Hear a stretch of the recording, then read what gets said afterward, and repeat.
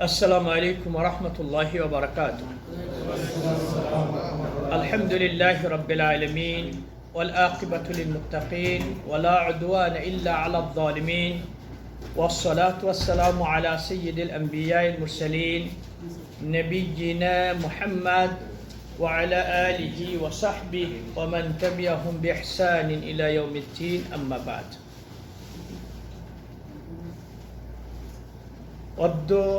রোজ বুধবার মোতাবেক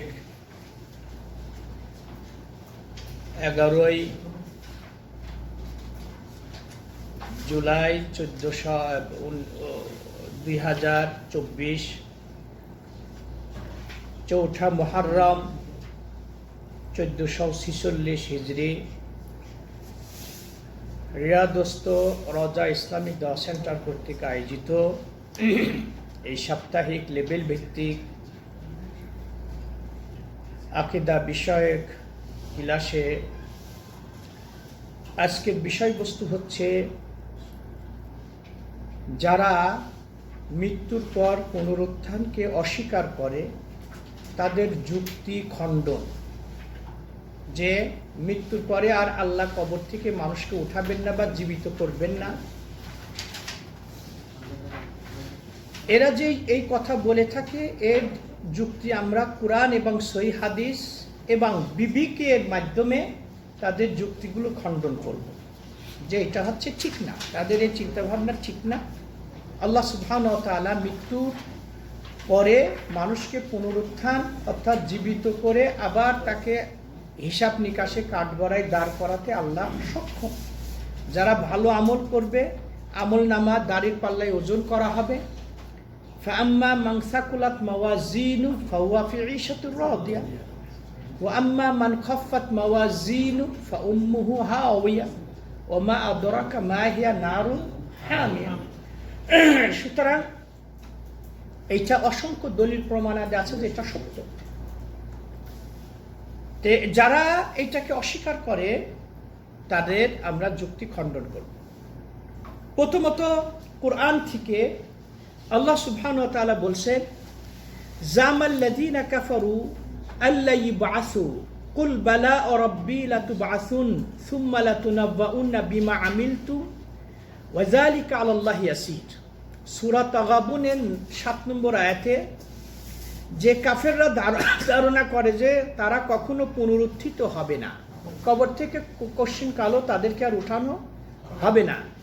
কুল হে রাসূল, আপনি তাদেরকে বলে দিন, বালা ওয়ারাব্বি, আমার প্রভুর কসম খেয়ে বলছি অবশ্যই তোমাদেরকে লাতুবআসুন্না ইয়াওমাল লাতুবআসুন্না, অবশ্যই তোমাদেরকে পালন করতে মানে আল্লাহর নিকটে তোমাদেরকে উপস্থিত করা হবে, অবশ্যই তোমাদেরকে কবর থেকে উঠানো হবে। ওয়াতুনাব্বাউনা বিমা আমিলতুম, আর তোমরা দুনিয়াতে যা কিছু আমল করেছো সেইটার সংবাদও তোমাদেরকে দেয়া হবে।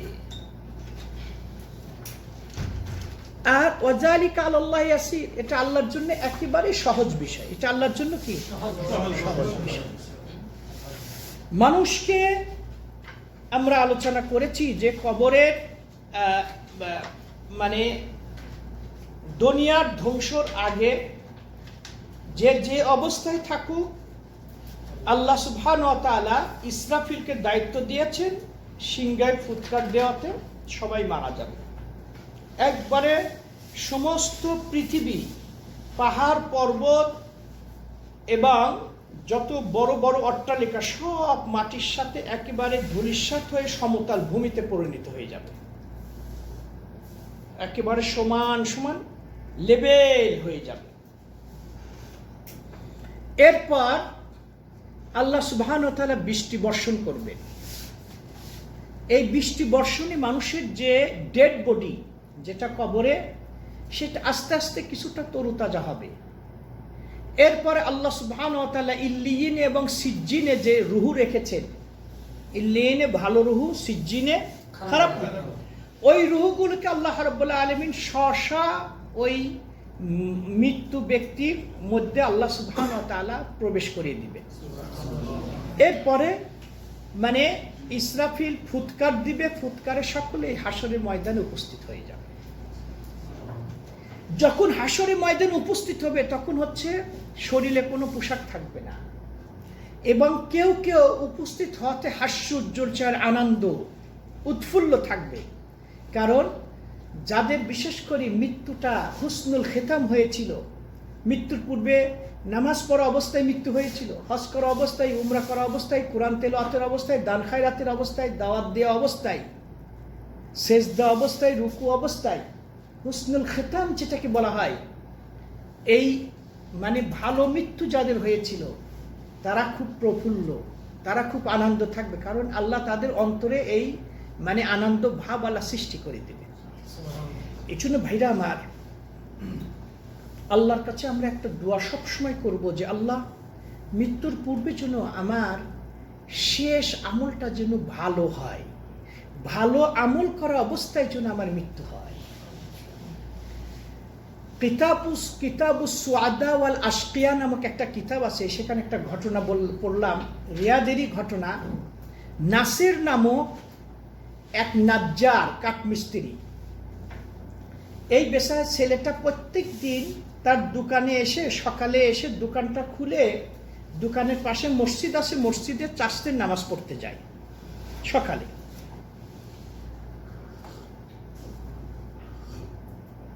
দৈনন্দিনের মতন ওই দিনে দোকান খুলে মসজিদে চাষতের নামাজ পড়তে এসেছে। আর রাসূল সাল্লাল্লাহু আলাইহি ওয়াসাল্লাম বলছেন যে তোমাদের শরীরে 360টা জোড়া আছে। কয়টা ভাই? এই 360টা জোড়া প্রত্যেকটার জন্য তোমাদেরকে একটা করে প্রত্যেক দিন সদকা দেওয়া উচিত। তাহলে টোটাল কত সদকা? সাহাবীরা বললেন, ইয়া রাসূলুল্লাহ, এত সদকা তো আমাদের পক্ষে দেওয়া। রাসূল বললেন, যদি তোমরা 2 রাকাত চাষতে সালাত আদায় করো তাহলে 160টি সদকার হক আদায় হয়ে যাবে। নামাজ পড়তে এসেছে, এসে ফাবাদা ইউসাল্লি, নামাজ পড়তে শুরু করলো।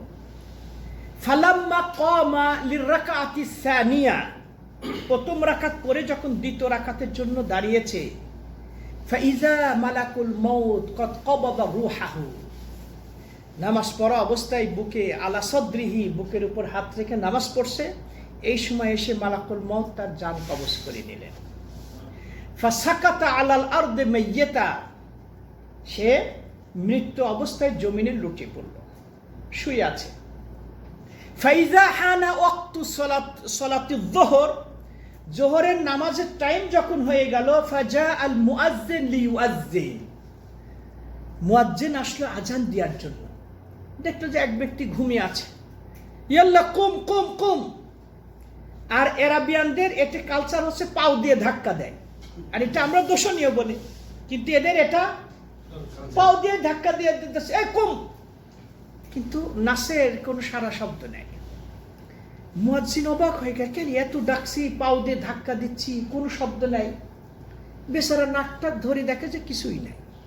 তখন কয়েকজন লোককে ডেকে দেখলো যে নাসের মৃত্যুবরণ করেছে। এখন এইখানে কিন্তু আমাদের দেশে মারা গেলে নিজ নিজ বাড়িতে আমরা গোসল করাই, কিন্তু এখানে সিস্টেম ভিন্ন।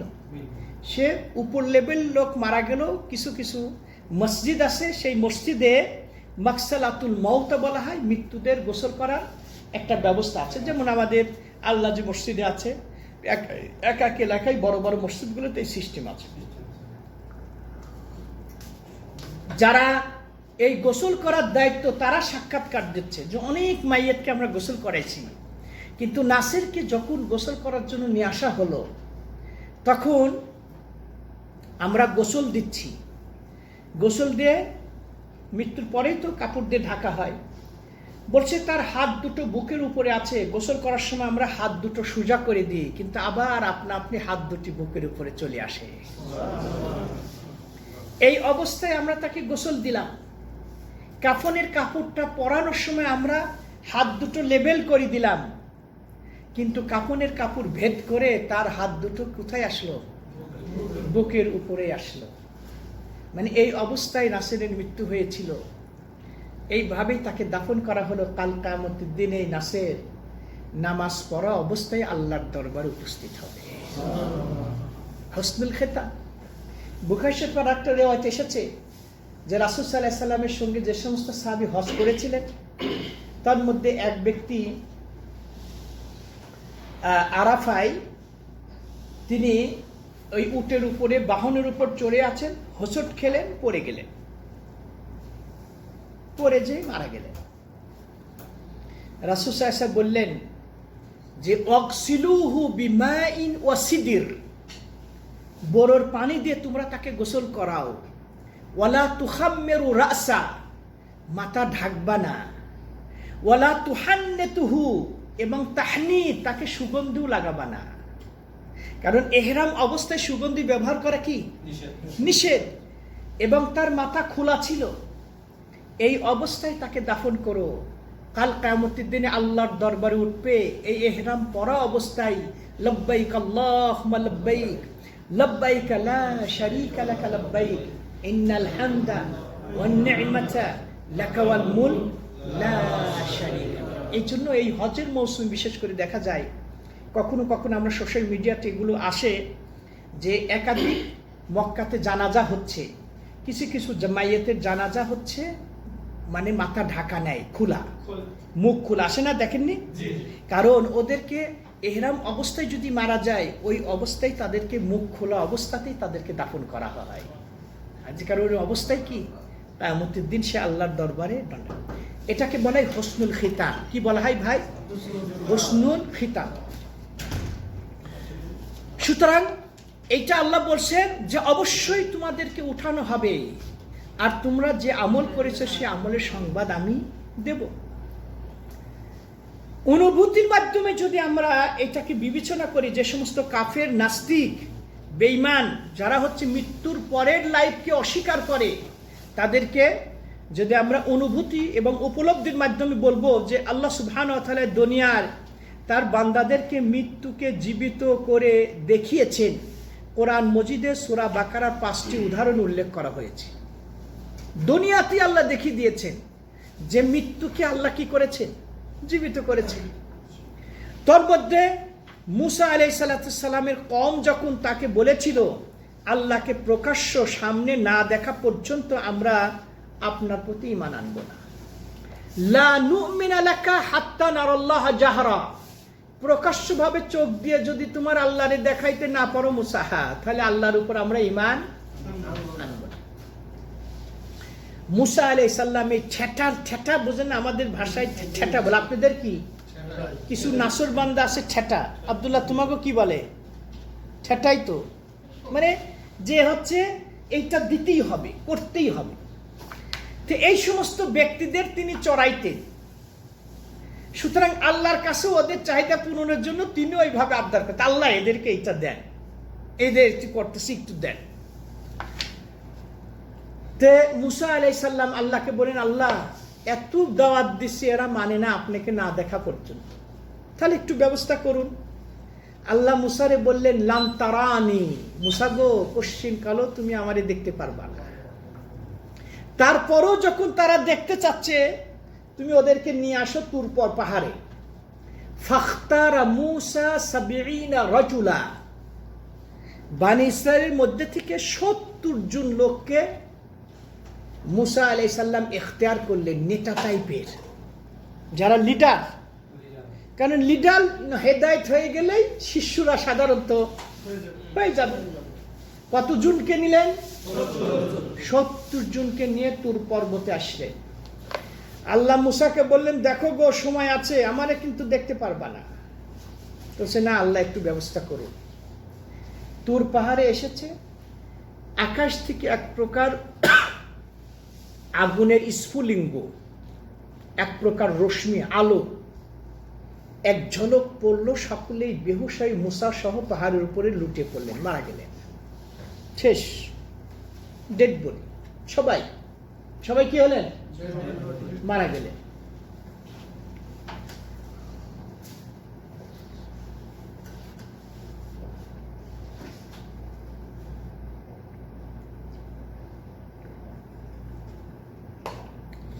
তখন মুসা আলাইহিস সালাম মারা গেছেন। ফালাম্মা আফাকা মুসা, আল্লাহ সর্বপ্রথমে মুসার জ্ঞান দিলেন। কার জ্ঞান?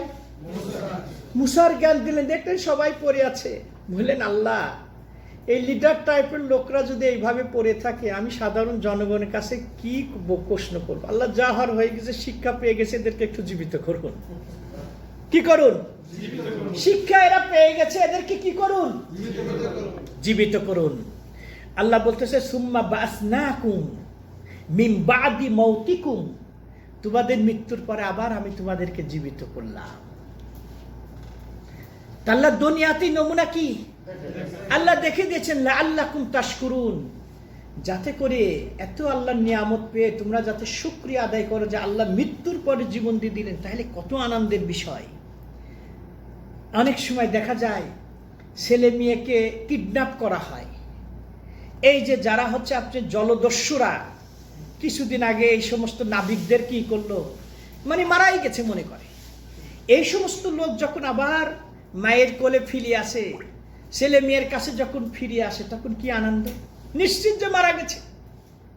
তাহলে এইটা এই মানে এই অবস্থাতে বিপদ থেকে উদ্ধার হওয়ার পর কিন্তু ব্যক্তির টনক নড়া উচিত, আল্লাহর এই নিয়ামতের শুকরিয়া আদায় করা উচিত।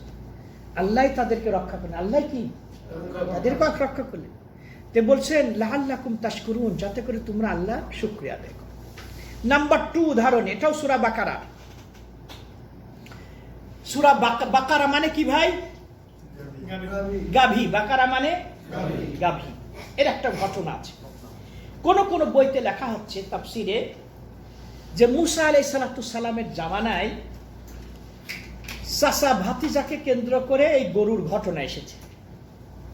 ভাতিজা তার একমাত্র চাচাতো বোনকে বিয়ে করার জন্য চাচার উপরে জোর সৃষ্টি করে, মানে চাপ সৃষ্টি করে। চাচা বলে যে না, আমি তোমার সঙ্গে মেয়ে বিয়ে দেব না। তখন ভাতিজা বলল যে চাচা তুমি বিয়ে দিবা না, ঠিক। তখন রাত্রে চাচাকে মেরে ফেললো। মারার পর এই চাচার ডেড বডিটা অন্য এলাকায় রাত্রি সে রেখে আসলো। আর তখন নিয়ম ছিল, যার বাড়ির পাশে যে এলাকায় ডেড বডি পাওয়া যাবে ওই এলাকার লোকে একে হত্যা করেছে বলে এটাই হচ্ছে বিচার। ভাতিজা কি করলো? চাচাকে হত্যা করে অন্য।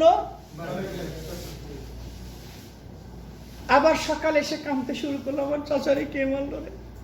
দেখেন সেই যে মৃত্যুকরা এদের সহজে চোখে পানি চলে আসে, কাঁদতে লাগে। ওই এলাকাবাসী মুসার কাছে বললেন, মুসা বললেন যে তোমরাই হত্যা করেছো। বললেন যে না, এর সাথে আমাদের কোনো শত্রুতা, আমরা হত্যা করিনি, অসম্ভব। এই তখন মুসা আলাইহিস যখন অস্বীকার করলো, মুসা আলাইহিস সালাম বলে ঠিক আছে, আল্লাহ আমাকে ওহী করেছে, তোমরা একটা গাভী জবাই করো। কি করো? একটা গরু জবাই করো। জবাই করে ওই গরুর মানে গোশত এক টুকরা কেটে এই ডেড বডির উপর রাখো, ও জীবিত হয়ে বলবে যে আমাকে কে মেরেছে। মুসা বললেন যে যে কোনো একটা গাভী জবাই কর। কিন্তু এই বিয়াদবরা করলো, মুসা এই গাভীর এই গরুর সাইজটা কত বড়, নিজেরাই বিপদ এখন নিয়ে আসতেছে। এই জন্য উল্টাপাল্টা বেশি প্রশ্ন করা ঠিক না। বলছে ওই বয়স কত? তখন একটা পশু জবাই করলে কিন্তু এর নিজেরাই আওয়ানুম বাইনা যালিক ফাফআলু মা তুফআলুন, বেশি বয়স বুড়াও না, একবারই না, তবে যুবক টাইপের জন্য, অল্প বয়সের জন্য হয়। তখন আমার কলু ইয়া মুসা মা লাউনুহা, তার রং কেমন হবে দেখছে। এবার মুসা আলাইহিস সালাম ক্বালা ইন্নাহা ইয়াকুলু বাকারাতান সাফরা তাসুররুন নাযিরিন, এমন রং হতে হবে যেটা মানে মানুষের চোখকে একেবারে আকর্ষণ করে, চক্ষু শীতল করে, এইরকম রং হতে, কালার হতে হবে যেন সুন্দর। তারপর আবার বলছে যে একটু পাওয়া যাচ্ছে, কিন্তু স্বাস্থ্য বেশি, গোস্ত বেশি না গোস্ত কম? তৃতীয় প্রশ্ন। তখন আল্লাহ বলতেছেন যে এই এমন পশু হতে হবে এর দিয়ে কোনো চাষাবাদ করা হয় নাই, এর দিয়ে কোনো হয় নাই, একেবারে হৃষ্টপুষ্ট স্বাস্থ্যবান। মুসাল্লামাতুন লাশিয়াতুন ফিহা। এখন বলতেছে ক্বালুল আনা জিতা বিল হাক্কি ফাদাবাহুহা ওমা কান। এখন তোমরা এই গাবি ঠিক আছে, কিন্তু এই রকম গাবি আর কোথাও খুঁজে পাওয়া যায় না। নিজেরাই বিপদ, খুঁজতে খুঁজতে এক জায়গায় পাওয়া গেল।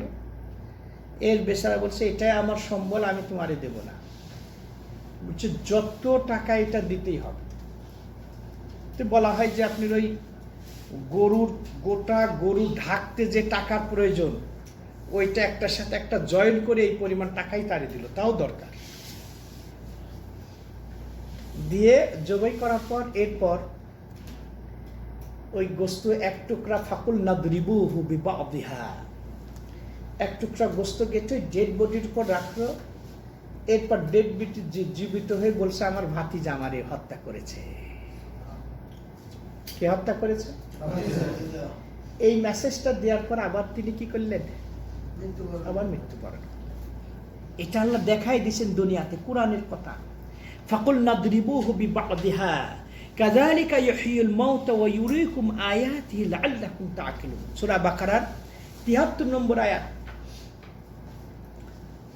যে এই গাভীর এক খণ্ড দ্বারা তাকে মৃত্যুকে আঘাত করো, এই রূপে মৃত্যুকে জীবিত করেন এবং স্বীয় নিদর্শনসমূহ প্রদর্শন করেন, যাতে তোমরা মানে হৃদয়ঙ্গম করো, মানে যাতে তোমরা বুঝতে পারো। কি করো? তৃতীয় উদাহরণ হচ্ছে এই যে একটা এলাকায় সেখানে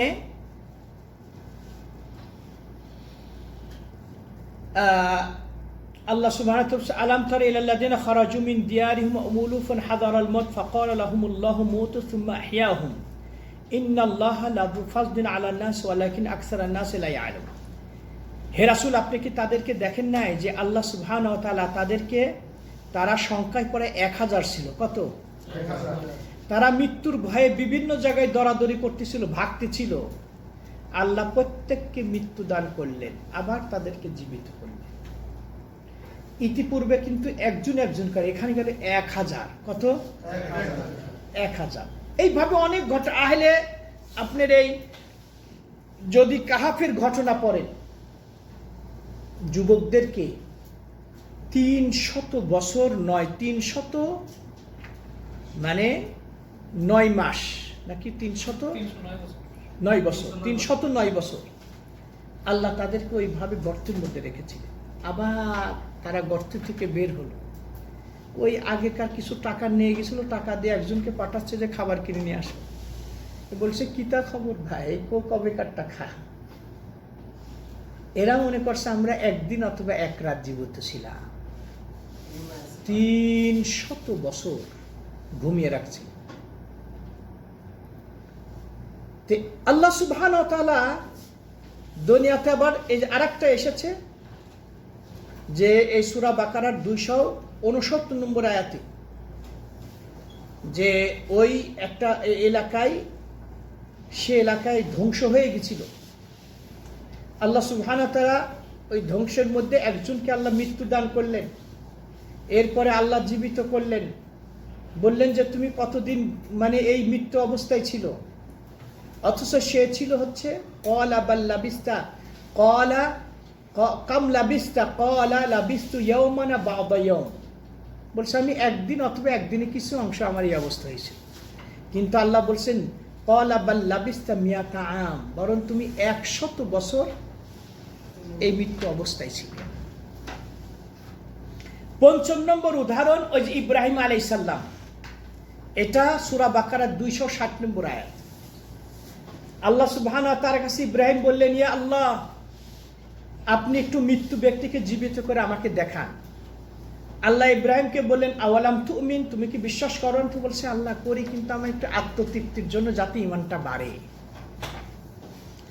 তখন আল্লাহ সুবহানাহু ওয়া তাআলা বললেন ফাখুয আরবাআতাম মিনাত তায়র, ৪টা পাখি নিয়ে আসো। কয়টা?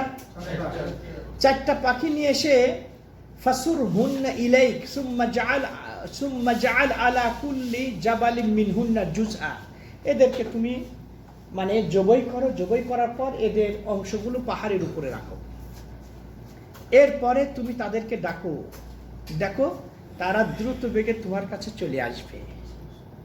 আল্লাহ দেখিয়ে দিয়েছে।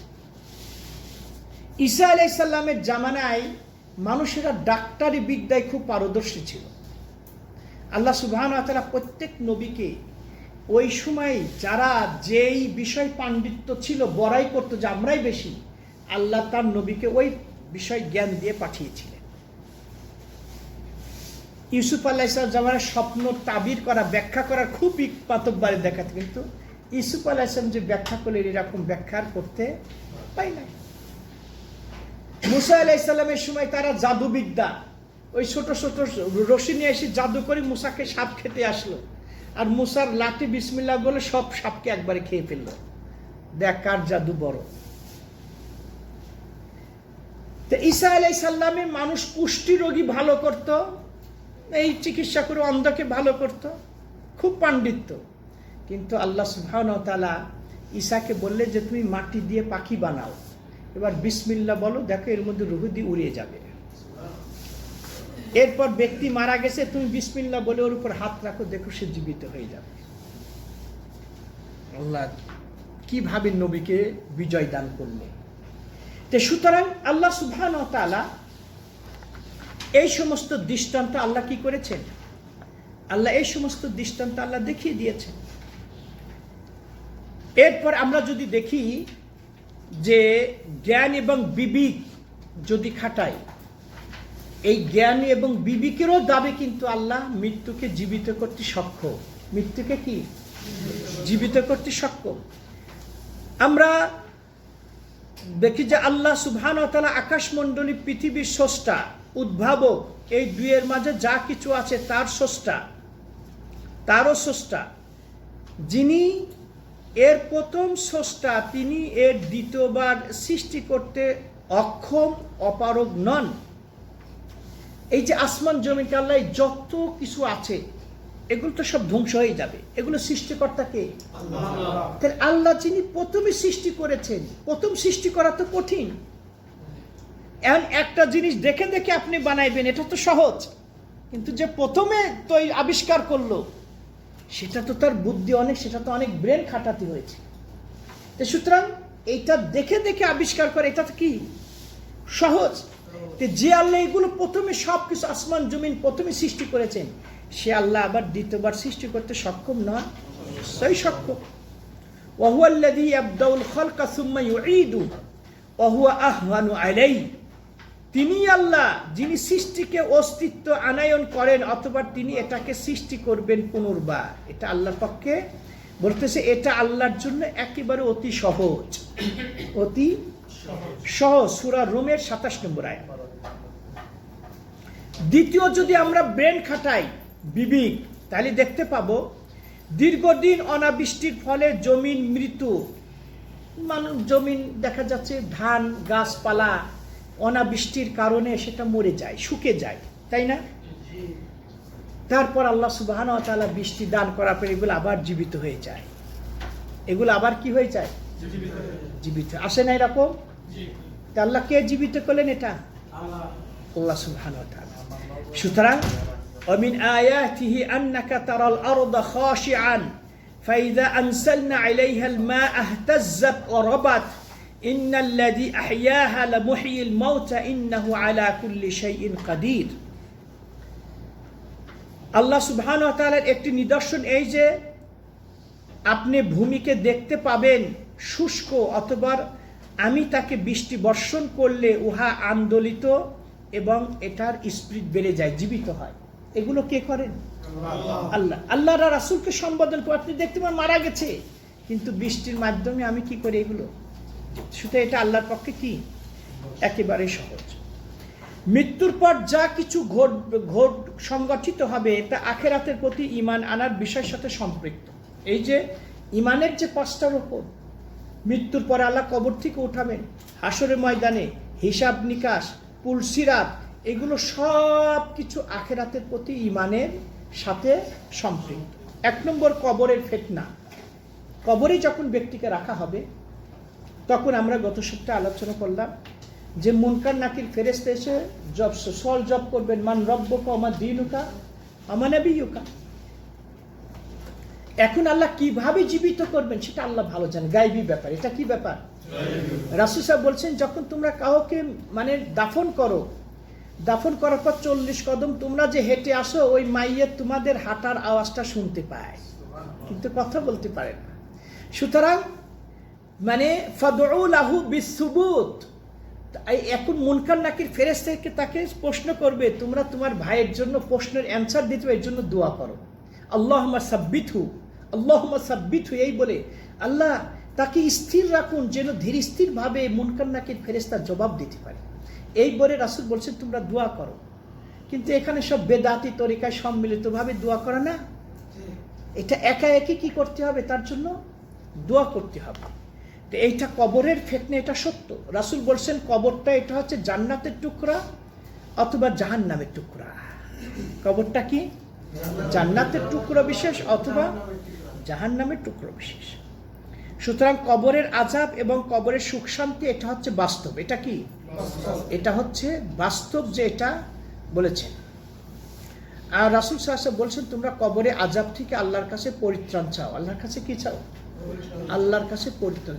আন-নারু ইউরাদুনা আলাইহা গুদুওয়া ওয়া আশীরা। এটা ফেরাউনকে আল্লাহ বলেছেন যে সকাল সন্ধ্যায় তাদেরকে উপস্থিত করা হয় আগুনের সম্মুখে। যেদিন কিয়ামত ঘটবে সেদিন বলা হবে ফেরাউন সম্প্রদায়কে নিক্ষেপ করো কঠিন শাস্তিতে। সুতরাং সকাল বিকাল তাদের কবরে আযাব হয়। কি হয়? আগুন সেখানে উপস্থিত করা হয়। এটা আল্লাহ সুবহানাহু ওয়া তাআলা কুরআনে এইটা বলেছে।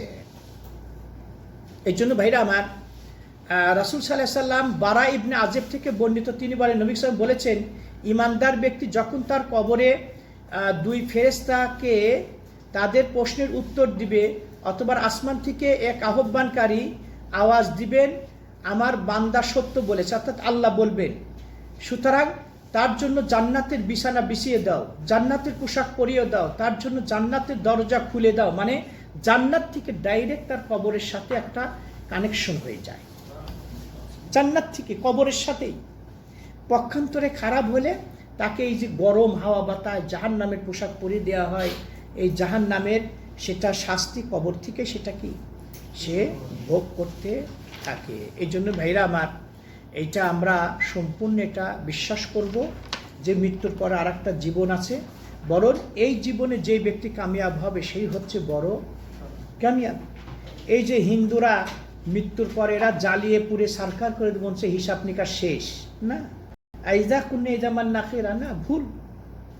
সুতরাং আল্লাহ সুবহানাহু ওয়া তাআলা এই মৃত্যুর পরে মানুষকে জীবিত করতে সম্পূর্ণ সক্ষম, এর উপর আমরা ঈমান রাখবো, কোনো রকম অন্তরে সন্দেহ পোষণ করব না। আল্লাহ সুবহানাহু ওয়া তাআলা আমাদের সকলকে যেন মৃত্যুর পরবর্তী জীবন আমাদের সুন্দর হয়, আমরা যেন এই আখিরাতের জীবনটা যেন আমাদের উজ্জ্বল হয়, সেই অনুপাতে আমরা নিজেদেরকে যাতে গঠন করতে পারি, সেই অনুপাতে যেন বেশি বেশি ভালো আমল করতে পারি, আখিরাতের সম্বল যাতে সঞ্চয় করতে পারি, এই তৌফিক আল্লাহ আমাদের সকলকে দান করুন। হাদা আল্লাহু আলাম ওয়া সাল্লাল্লাহু নবিনা মুহাম্মদ ওয়া আলা আলিহি ওয়া সাহবিহি আজমাইন। ওয়াসসালামু আলাইকুম ওয়া রাহমাতুল্লাহি ওয়া বারাকাতুহু।